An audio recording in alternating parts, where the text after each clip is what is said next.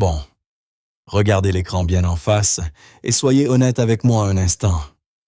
Avez-vous déjà perdu une dispute simplement parce que vous vous êtes soudainement mis à pleurer? Si vous hochez la tête en ce moment même, alors bienvenue au club de ceux qui pleurent de colère.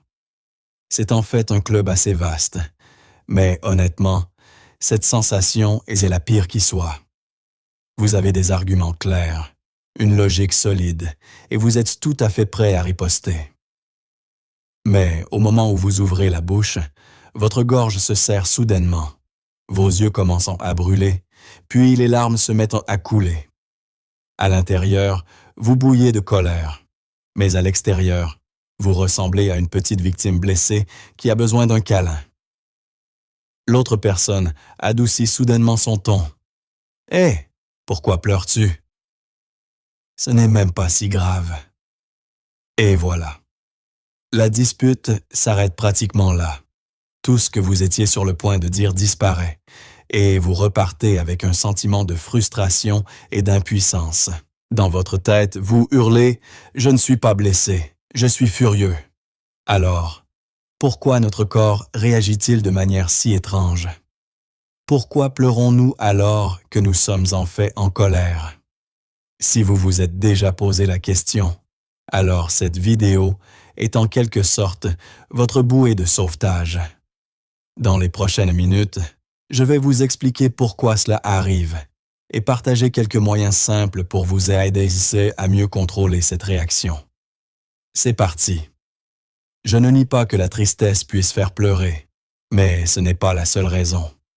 En fait, vous pouvez pleurer dans de nombreuses situations différentes, même quand vous n'êtes pas triste du tout. Il y a une scène très familière que beaucoup de gens ont vécue, mais peu comprennent vraiment pourquoi elle se produit. Vous discutez avec vos parents. Au début, le sujet est minime, mais ensuite, ils disent quelque chose qui vous donne l'impression d'être ignoré. Vous essayez d'expliquer, vous essayez d'exposer votre point de vue clairement, mais plus vous parlez, plus ils vous interrompent. Plus vous parlez, plus on vous étiquette comme quelqu'un qui cherche la dispute, qui est irrespectueux ou trop sensible. À ce moment-là, vous n'êtes pas triste. Vous êtes en colère. Vous vous sentez frustré.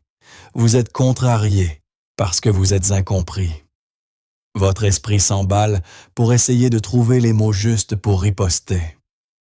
Tout ce que vous voulez, c'est expliquer les choses clairement pour que l'autre personne comprenne que vous n'avez pas tort comme elle le pense. Mais juste au moment où vous vous apprêtez à prononcer cette phrase décisive, votre gorge se serre, votre voix commence à trembler et les larmes apparaissent. Ce qui vous déroute, c'est ceci. Mais je suis en colère. Pourquoi est-ce que je pleure? Est-ce que je suis faible? Mais regardez de plus près l'enchaînement des événements qui vient de se produire. Ce qui vous a fait craquer n'était pas de la tristesse au sens habituel du terme. Ce qui vous a poussé aux larmes, c'est le sentiment d'être sous pression, incompris et coupé dans votre élan, alors que vous faisiez de votre mieux pour rester calme et rationnel. Plus vous essayez de garder votre sang-froid, plus votre système nerveux doit faire des efforts. Plus vous essayez de parler clairement, plus votre corps est entraîné vers un niveau de tension plus élevé. À un moment donné, cela franchit un seuil. Et une fois ce seuil franchi, votre corps a besoin d'une issue pour relâcher la pression. Les larmes apparaissent comme une réponse naturelle au moment où le système nerveux a été activé trop fortement. C'est plutôt un signal que votre système interne a été poussé trop loin, et non un signe qui dit que vous êtes triste. Alors, si vous avez déjà pleuré alors que vous étiez en colère, mettez de côté l'idée que cela signifie de la faiblesse. Ce que vos larmes disent ici n'est pas « je suis triste ». Elles disent « le niveau d'activation à l'intérieur est devenu trop élevé ». Alors, que s'est-il passé exactement? Dans ce moment de tension, quel mécanisme votre système nerveux a-t-il activé? Et pourquoi votre corps a-t-il choisi les larmes comme moyen de vous faire redescendre? Essayez d'observer cette réaction de votre corps à travers une image très familière. Lorsque vous courez vite pendant quelques minutes ou que vous faites un exercice intense sous la chaleur, votre corps commence à chauffer. Votre fréquence cardiaque augmente. Votre respiration devient plus lourde. Et, après un court instant, de la sueur apparaît sur votre front. Personne ne voit quelqu'un transpirer en se disant que son corps est faible. Au contraire, c'est le signe que le système interne fonctionne à pleine puissance. Et la sueur est simplement le moyen pour le corps de se refroidir afin de ne pas être en surchauffe. Chose intéressante, votre système nerveux possède un mécanisme similaire. Une dispute tendue peut également créer une sorte d'augmentation de la chaleur dans le système nerveux. Lorsque vous vous sentez sous pression ou que vous devez défendre votre point de vue, le cerveau active rapidement une réponse de survie familière. Votre rythme cardiaque s'accélère, votre respiration devient plus rapide, vos muscles se crispent et de l'adrénaline est libérée. Tout votre corps est poussé vers un niveau d'activation très élevé, comme un moteur soudainement forcé de tourner à plein régime. Lorsque le niveau d'activation du système nerveux s'élève trop, un mécanisme de régulation automatique se met en marche pour ramener le corps à un état stable avant qu'il ne soit surchargé. Au cours de ce processus de refroidissement, une réaction familière peut apparaître. Les larmes. Si la sueur est le moyen pour le corps de se refroidir lorsque vous le poussez trop physiquement, alors les larmes dans ces moments peuvent être considérées comme une sorte de sueur émotionnelle. Une réponse physiologique qui aide à relâcher la pression lorsque le système nerveux a été trop sollicité. Ainsi, quand vous pleurez de colère, cela ne signifie pas que vous êtes faible ou que vous perdez le contrôle. La plupart du temps, cela montre simplement que vos émotions ont été poussées à un niveau très intense. Et votre corps fait ce qu'il fait toujours quand la pression dépasse la limite. Il trouve un moyen de calmer les choses et de se protéger. Mais je le sais. Peu importe à quel point la biologie est fascinante, rester là à renifler devant quelqu'un avec qui vous vous disputez reste une expérience terrible. Personne ne veut cela. Alors comment l'arrêter? Comment garder la tête froide quand on a l'impression d'avoir la poitrine en feu? La bonne nouvelle, c'est que vous n'avez pas besoin de mémoriser un processus compliqué. En réalité, il vous suffit de comprendre quelques moments courants où l'envie de pleurer commence à se former et de savoir comment les gérer au bon moment. Situation numéro 1. Quand les émotions commencent à monter. C'est le stade le plus précoce et aussi le plus facile à contrôler. Vous ne pleurez peut-être pas encore, mais votre corps est déjà en voie des signaux très clairs. Votre poitrine commence à devenir brûlante. Votre respiration s'accélère et vous ressentez un léger picotement à la racine du nez, comme un avertissement que les larmes pourraient apparaître très rapidement si la dispute continue de s'intensifier. Beaucoup de gens ignorent cette étape parce qu'ils pensent être encore en contrôle. Mais en réalité, c'est le moment idéal pour intervenir. Une astuce simple mais extrêmement efficace consiste à changer l'endroit où vous regardez.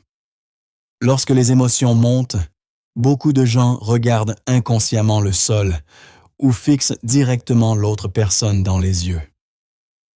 Ces deux actions peuvent vous plonger plus profondément dans l'émotion. À la place, levez doucement le menton et dirigez votre regard vers le haut.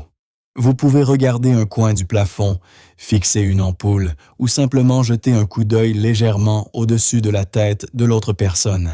Cette action peut sembler dérisoire, mais elle a un effet neurologique important. Lorsque vos yeux se tournent vers le haut et commencent à balayer l'espace autour de vous, votre cerveau est forcé de détourner son attention du flux émotionnel interne pour traiter les informations visuelles de l'environnement extérieur.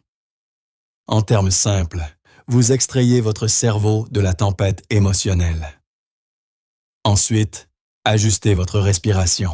Lorsque nous sommes en colère, notre respiration devient souvent rapide et superficielle, ce qui pousse le système nerveux vers une activation encore plus élevée. Au lieu d'essayer de prendre une grande inspiration, puis d'expirer rapidement, comme le disent les gens quand ils vous demandent de vous calmer, faites le contraire.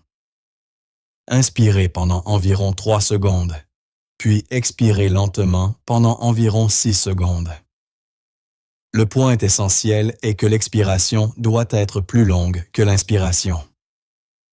Ce rythme respiratoire stimule directement le nerf vague, une partie cruciale du système nerveux qui aide le corps à passer d'un état de stress à un état de relaxation. Après seulement quelques respirations de ce type, votre fréquence cardiaque commencera à ralentir et l'intensité de l'émotion commencera à diminuer. Si l'émotion continue de monter, vous pouvez utiliser une petite astuce très efficace. Forcez votre cerveau à faire quelque chose de logique. Par exemple, essayez de faire un calcul rapide de tête. 100 moins 7, ça fait 93. 93 moins 7, 86. Cela peut paraître un peu étrange, mais il y a une raison neuroscientifique claire derrière tout cela. La partie du cerveau qui traite les émotions et celle qui traite la logique partagent les mêmes ressources énergétiques. Lorsque vous forcez votre cerveau à se concentrer sur une tâche logique difficile, il retire des ressources au centre émotionnel. En conséquence, la tempête en vous commence à s'apaiser. Deuxième situation, quand vous commencez à parler trop vite ou que votre voix se met à trembler. Si la dispute continue de s'envenimer, vous pouvez passer à la deuxième situation, celle où vous commencez à parler trop rapidement ou que votre voix se met à trembler. C'est le signe que votre corps est entré dans un niveau d'activation très élevé. Vous commencez à parler plus vite que d'habitude. Votre voix devient plus aiguë. Vos phrases s'enchaînent comme une rafale de mitraillettes. Et parfois, vous n'avez même pas le temps de réfléchir à ce que vous venez de dire. Le problème est que votre cerveau entend votre propre voix. Lorsqu'il entend une voix précipitée, tendue et aiguë, il l'interprète comme un signal de danger. Par conséquent, il libère encore plus d'adrénaline. C'est pourquoi de nombreuses disputes s'intensifient si rapidement, non seulement à cause de ce que l'autre dit, mais aussi parce que notre propre voix augmente accidentellement le niveau de stress de notre corps. Pour briser cette boucle, vous devez faire quelque chose de très simple. Ralentissez votre corps. Réduisez intentionnellement votre vitesse d'élocution d'environ 20%. Vous n'avez pas besoin de parler comme un robot, juste un peu plus lentement que d'habitude.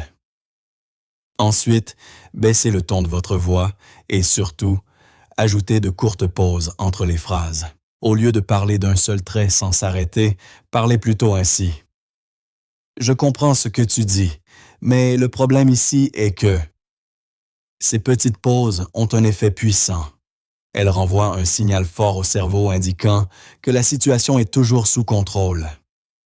Lorsque le cerveau reçoit ce signal de sécurité, le taux d'adrénaline commence à baisser. Troisième situation. Quand votre gorge se serre et que les larmes sont sur le point de couler. C'est le moment le plus dangereux. Votre gorge commence à se serrer. C'est comme si vous aviez une boule dans la gorge et votre voix pourrait se briser à tout moment. Vous savez que si vous prononcez une seule phrase de plus, les larmes pourraient jaillir immédiatement. Dans cette situation, le geste le plus intelligent est de créer une courte pause pour votre système nerveux. Vous pouvez simplement dire « Donne-moi un moment, je vais aller chercher un verre d'eau et ensuite nous pourrons continuer ». Beaucoup de gens ont peur de faire cela parce qu'ils pensent que cela donne l'impression qu'ils s'enfuient. Mais en réalité, c'est une stratégie extrêmement efficace pour briser la boucle de l'escalade émotionnelle. Lorsque vous vous levez, que vous allez chercher de l'eau et que vous prenez quelques gorgées lentes, quelque chose de très intéressant se produit. L'acte d'avaler force les muscles de votre gorge à se détendre. Cela rompt cette sensation de boule dans la gorge que beaucoup ressentent juste avant de pleurer. À ce moment-là, vous pouvez aussi secouer doucement vos mains à quelques reprises. Cela aide votre corps à libérer une partie de l'adrénaline qui s'est accumulée dans vos muscles.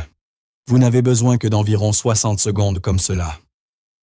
1 minute suffit pour que votre système nerveux dépasse le pic d'activation et commence à se calmer. Quatrième situation. Les larmes sont déjà tombées. Enfin, parlons de la situation la plus difficile, le moment où les larmes ont déjà commencé à couler. L'autre personne vous regarde et, dans votre esprit, un sentiment d'embarras commence à apparaître. Si cela arrive, souvenez-vous d'un principe très important. Ne vous excusez pas. Ne dites pas « Désolé, ça m'arrive comme ça ». Ne dites pas « Désolé, je perds le contrôle ». Quand vous vous excusez, vous envoyez involontairement le signal que vous avez fait quelque chose de mal. Vous admettez implicitement que vous avez fait une erreur ou que quelque chose ne va pas chez vous. Mais vous n'avez rien fait de mal. Au lieu de vous excuser, nommez la chose et redirigez. Regardez-les droit dans les yeux et dites clairement « Je veux que tu saches que ce sont des larmes de frustration, pas de tristesse. Je ne suis pas blessé. » Ou, si vous le pouvez, dites-le encore plus fermement. « Ce sujet me tient profondément à cœur. C'est pourquoi mon corps a une réaction physiologique. Je vous prie de ne pas y prêter attention. Je continue de vous écouter et je souhaite terminer cette conversation. » Une telle déclaration a un véritable pouvoir. Cela montre que même si votre corps a une réaction physiologique automatique, vous gardez le contrôle de vous-même. Et lorsque vous faites preuve d'un tel niveau de maîtrise de soi, l'autre personne cessera généralement de vous regarder avec pitié. Au lieu de cela, elle commence à percevoir autre chose, du respect. Ces conseils ne cherchent pas à vous forcer à cesser de ressentir des émotions. Au contraire, ils agissent directement sur votre système nerveux. Lorsque votre respiration ralentit, votre rythme cardiaque commence également à baisser. Quand votre attention se déplace vers l'observation de votre environnement ou vers une réflexion logique, votre cerveau est contraint de réduire l'intensité de la vague émotionnelle qui monte en vous. Et lorsqu'on accorde une courte pause à son corps, la réaction en chaîne du stress est interrompue avant qu'elle ne s'intensifie de trop.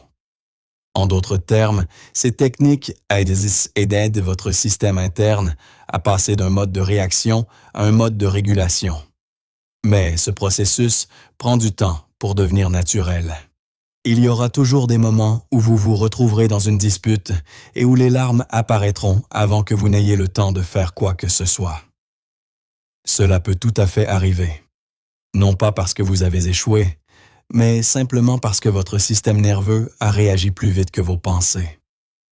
Alors, si cela arrive, essayez d'être un peu plus bienveillant envers vous-même. La partie en vous qui réagit si fort n'est pas une fauteuse de troubles. Elle ressemble plutôt à un garde du corps trop zélé, essayant toujours de vous protéger du stress et de la pression. Parfois, elle réagit un peu trop vivement, mais son intention reste de vous garder en sécurité. L'important est de ne pas faire ce que beaucoup de gens font par la suite, sans vouloir d'avoir pleuré. La colère que vous avez ressentie au début était déjà assez lourde. Vous n'avez pas besoin de vous décocher une autre flèche sous forme de honte ou de jugement envers vous-même. Alors, la prochaine fois que vous sentez les larmes monter lors d'une dispute, essayez de marquer une pause un instant. Prenez une inspiration lente, levez légèrement le regard et souvenez-vous d'une chose très importante. Même ces larmes sont la preuve que vous ressentez la vie intensément. Elles montrent que ce que vous dites vous tient à cœur, que vous êtes émotionnellement investi dans ce qui se passe et que vous ne vivez pas de manière froide ou indifférente. Ce n'est pas une chose pour laquelle vous devez vous excuser. Dans bien des cas, cette forte capacité à ressentir est précisément ce qui fait de vous une personne authentique, quelqu'un qui se soucie des autres et peut véritablement entrer en contact avec eux. Ainsi, si votre système nerveux réagit parfois un peu fort, cela ne signifie pas que vous êtes faible. Cela signifie simplement que vous êtes vivant et que vous ressentez réellement les choses. Avez-vous déjà pleuré lors d'une dispute ou en essayant de défendre votre point de vue? Si vous avez vécu cela, laissez un commentaire ci-dessous. Vous pouvez simplement écrire « Je l'ai déjà fait » ou partager brièvement votre expérience. De nombreuses personnes regardant cette vidéo ont vécu la même chose et, parfois, le simple fait de savoir que l'on n'est pas seul peut apporter un sentiment de soulagement surprenant. Si vous avez trouvé cette vidéo utile, abonnez-vous à la chaîne pour ne pas manquer les prochaines. Ensemble, nous continuerons d'explorer les rouages fascinants de l'esprit humain, non pas pour nous juger, mais pour mieux nous comprendre. Je suis Apex. N'oubliez pas de vous abonner pour ne rater aucune vidéo. Au revoir et à la prochaine.